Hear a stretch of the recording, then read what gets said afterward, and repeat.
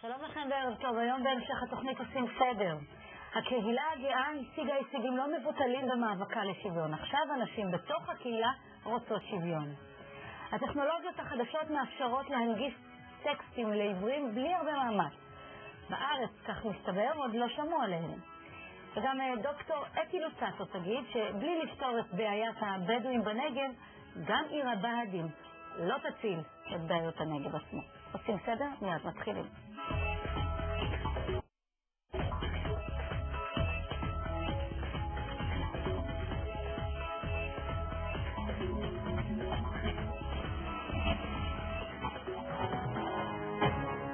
המאבק של הקהילה הגאה היה תמיד חלק מהמאבק הכללי למען שוויון זכויות בחברה. האם יכול להיות שבתוך הקהילה הגאה עצמה יש שווים יותר ושווים פחות, או ליתר דיוק שווים יותר ושוות פחות? שלום לנויה סגיב ולאלונה שטרן, מפורום אנשים לייצוג הולם.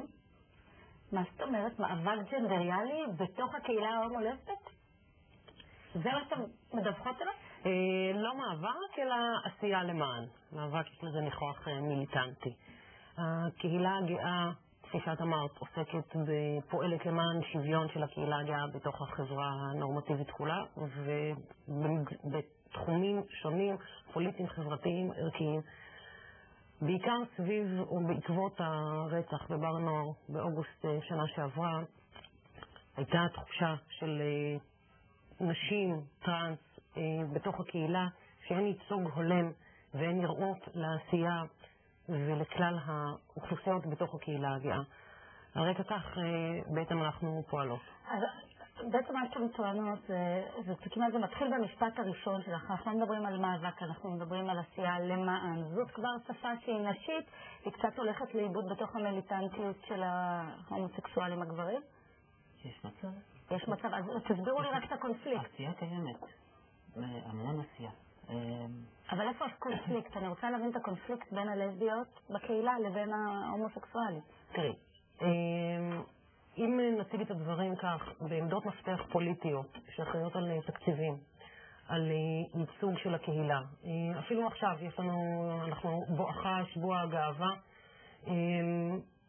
הדוברים, אנשי המפתח הם הומואים, וזה דבר שהוא מבורך ונפלא, אלא שחייבת להיות בטח בקהילה שהיא רגישה תרבותית, בטח בקהילה שמציגה את עצמה כנראה, חייבת לראות נראות וייצוגיות של כלל החברים בה, וגם חייבת להיות שקיפות. ומה את נתקלת שככה מסמן באמת את השבר הזה, או את היעדר הנראות המספקת? בנושא הקרוב, מצעד הגאווה שמתקרב, הרבה מהתכנים, למרות הגיעו הרבה ארגונים, התארגנויות, אנשים שונים מהקהילה הלהט"בית הכללית, לתת תכנים, לתת קולות נוספים בסוף, כל התכנון הסופי, כל הקביעה הסופית נעשתה על ידי אנשים מצומצמים, גברים. גברים. איך זה יכול להיות דווקא בתוך הקהילה הזאת, שוב, מערך ההיררכיית הכוח שנמצא בחברה ההטרוסקסואלית, בעצם עובר גם אליכם. הסבר אחד זה שיש פה איזשהו אולי העתקה של הדפוס בקהילה הנורמטיבית. דפוס שבו הגברים שולטים. בתוך הקהילה הגאה, אני חושבת שדווקא כאן צריך להיות דבר אחר. יכול להיות שיש משהו אולי בתפקיד האישה המסורתי שבא לידי ביטוי גם כאן. אבל אני חושבת שיש פה גם הרבה סיבות היסטוריות שזה הרגע לשנות. ואנחנו בכל קורא לא רק כלפי מי שעומד בראש הקהילה הגאה, אלא גם כלפי נשים לסביות, טרנסג'נדריות, לבוא ולעשות לא רק פעילות חינוכית, טיפולית מאחורי הקלעים בתפקידים המסורתיים, אלא לעמוד בראש כדוברות, כעושות בפוליטיקה. אבל למה? הרי המשמעות של להיות נאמנה על המגדר שלי זה לעשות את מה שאני נוטה לעשות, ואם מה שאני נוטה לעשות זה קרינג, נדמה לי שזה הפמיניזם של גליגן, אז מה הבעיה? יש פה, אני רגע... טיפול. אז אם נשיות זה אומר להיות יותר מטפלת, יותר מאחורי הקלעים, נגיד, בהנחה שאני לא מתחברת לזה, אבל יש פמיניסטיות המניחות את התכונות הללו, אז למה לא לדבוק בהן? וכן, וחלק מהן זה שבחזית יעמדו הגברים. 60 שניות של שיעור אזרחות. במדינת ישראל מאז שנת 90 יש חוק שמחייב ייצוג שוויוני והולם לגברים ולנשים. כלומר, מיעוט חייב להיות מינימום 40%. זה חייב לבוא לידי ביטוי בכל מקום. אז אני שואלת רגע, עכשיו אנחנו לא מדברים רגע על פורמליסטיקה, אנחנו מדברים על רצון, על ביטוי לרצון אותנטי. השאלה אם יש לכם רצון אותנטי להיות שם, יכול להיות שאתם לא שם, כי זה לא היה לכם טבעי לעמוד שם. אני שואלת באמת, אולי... אני לא יודעת להגיד את הסימות. מה אתה אומרת? אני לא יודעת. לא ניתן מספיק מקומות להתקדמות. אוקיי. אז לשם זה מה שאני מנסה להבין, איפה אתן פוגשות את הכוח הגברי ככוח בולם? האם זה כמו שאנחנו פוגשות את זה מחוץ לקהילה? אחד, זה תקציבים, זה עמדות בחירות בקהילה, ופה אנחנו גם מדברות על מושג של שקיפות, איך נבחרות דמויות המפתח, וברור שברגע שאישה גם תעמוד בתוך ועדות, וגם תעמוד בראש ועדות, בראש המרכז הגאה, ואתם נתקלות בהתנגדות, למה ההתנגדות היא א' קיימת, מתוקף זה שיש מישהו בתפקיד ולא רוצה שמישהו יחליף אותו. כוח לא רוצה להתחלף. והתנגדות גם קיימת מחוסר מודעות. וזה קודם כל העבודה שלנו. להציף את הבעיה ולקרוא לעשייה. לו הייתם מקבלות את המקום שאתם תובעות לעצמכם כרגע ולא הייתם נפגשות באותו כוח בולם, איך זה היה נראה? איך המאבק היה נראה? מה זאת אומרת מאבק שנאמן גם למקום שלכם? טוב, שוב גם בהקשר בין ההבדל בין המילים מאבק לעשייה,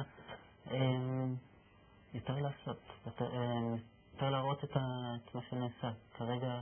מה נעשה? מה זה להראות את מה? אנשים שפועלות בכל צורה אפשרית, וכן קשורות לכל מה שגרם להתקדמות בשוויון בחברה. כמו דוגמאות. דוגמאות אימוץ של ילדים. אוקיי. מהלכים פוליטיים שעשיתם להשגה של... אנחנו ניתן עוד כמה דוגמאות. בראשון באוגוסט אנחנו מציינים שנה לרצח. צריכה להיות דוברות מתוך הקהילה, נראות, ייצוגיות, נואמת אישה. שבוע הגאווה, נשים דוברות. עכשיו פורסם בעיריית תל אביב. פורסם. לכן אנחנו כאן. בעיריית תל אביב פורסמו אירועי שבוע הגאווה. אין שם תמונה של אישה אחת, אין שם תמונה של טרנס, יש תמונות של גברים. אני לא מציעה להוריד את התמונות, אני מציעה להוסיף תמונות. היום במרחב שלנו באמת זה לא סכום אפס. זה לא אחד על חשבון השני. והזמנה שלנו, כפי שאת שאלת, א', לנראות של העשייה, ויש עשייה אדירה בכל המקומות. ומעבר לזה גם יש עניין של תקצוב. העיריות, ובכל עירייה יש גם יועצת לקידום מעמד האישה, והאישה זה כל אישה באשר היא אישה. שם אתם מקבלות את המקום שלך? אנחנו בדיאלוג עם כמה יועצות בכמה רשויות מקומיות, כדי קודם כל לקבל דיווח על מי נמצא בגופים שמחליטים על התקציב. נשים יקרות, מודה לשתכן, בהצלחה. תודה רבה, המשך ערב נעים.